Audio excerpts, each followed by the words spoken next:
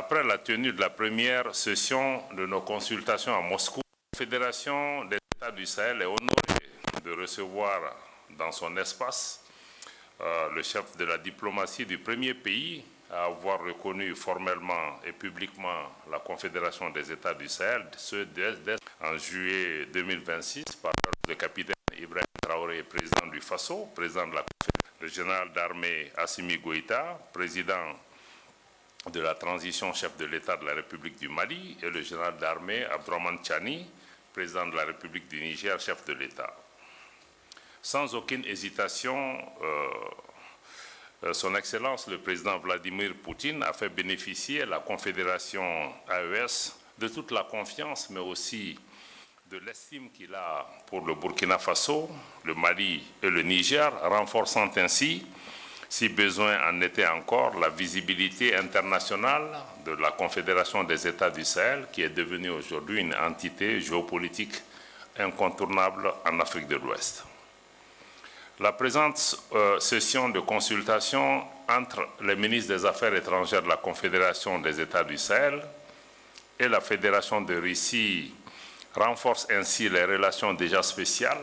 entre la Confédération et la Russie. Nous apprécions particulièrement le leadership de la Fédération de Russie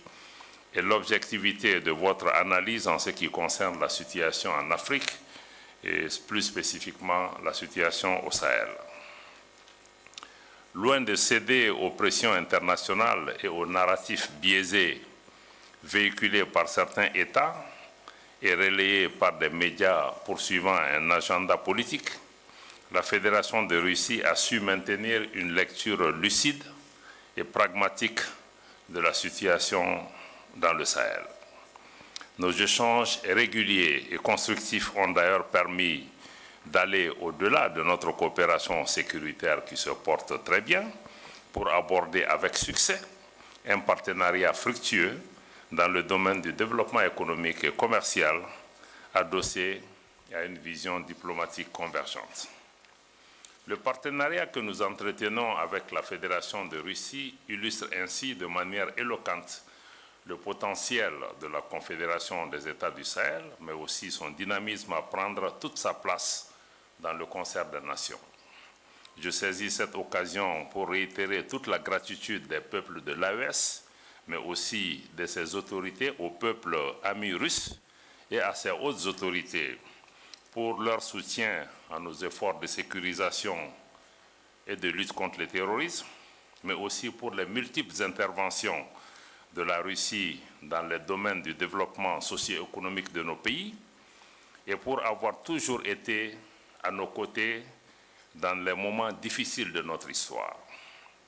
C'est dans les moments difficiles que l'on peut compter sur ses amis. Merci pour votre amitié, merci pour votre solidarité, mais merci aussi pour votre soutien constant. Je conclus